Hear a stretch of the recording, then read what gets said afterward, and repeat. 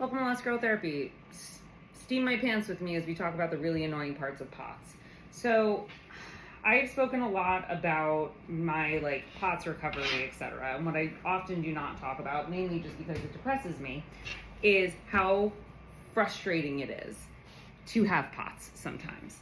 And yesterday I came home from being out with friends, and I just was so frustrated with my own circumstances. And I try not to go down the rabbit hole too often because I'm very grateful that I have made almost 100% recovery. There are some days where I'm like, okay, we're flaring, but for the most part, I am 99.9% healed.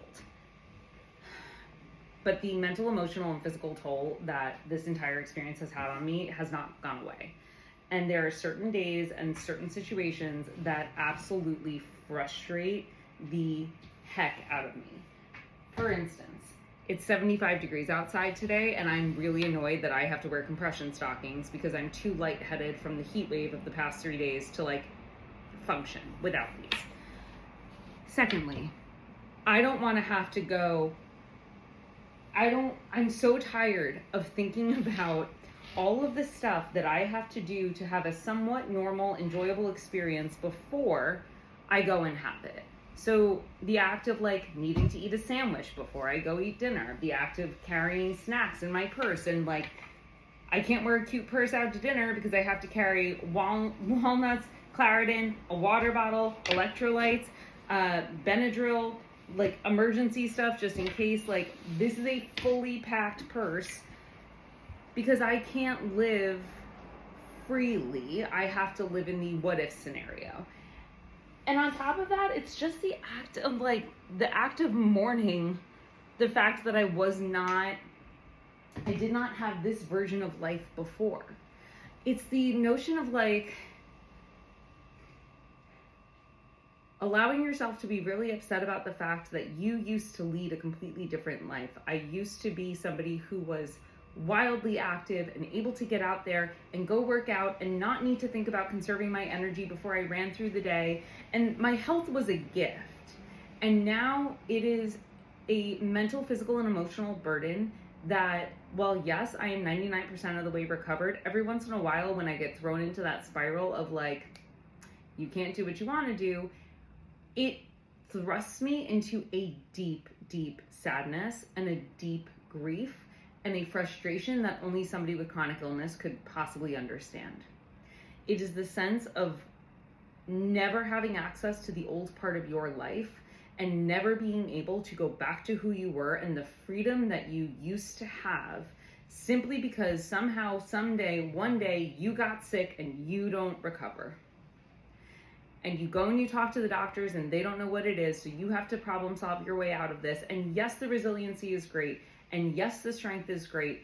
And yes, there is a beautiful thing that comes from knowing who you are and knowing that you got yourself through this. But that does not get rid of the sensations of missing who the hell you used to be and who you could have been if this didn't happen. And I wonder what I could have been like living here in London and not needing to think about the fact that, oh, you want to go somewhere? You want to travel more than 30 minutes around this city? Okay, how much energy have you used during the week? Oh, you live close to Europe. You want to go and take a trip?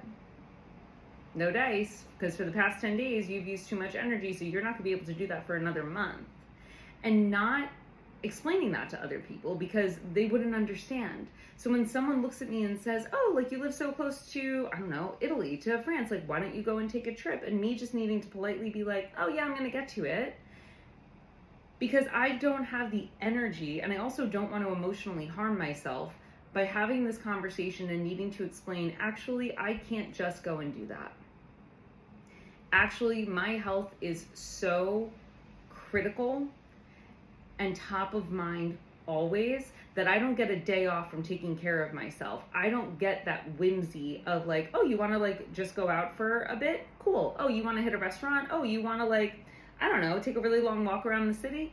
Yeah, sounds great. I don't have that anymore. And that is something that it will take me years to get through. And I feel the anger, and I know that I sound angry, and that's because I am. I'm angry with the circumstances, and as much work as I do with resiliency and strength and hope and trusting, and as much growth as I have made and as much healing as I have done over the last 4 or 5 years of having this, days like today when it's 75 degrees outside and I'm wearing compression socks up to my knees and I need to wear jeans to cover it because I don't feel comfortable explaining to people why I have these on, I am overwhelmed and stressed out by the burden of my own care.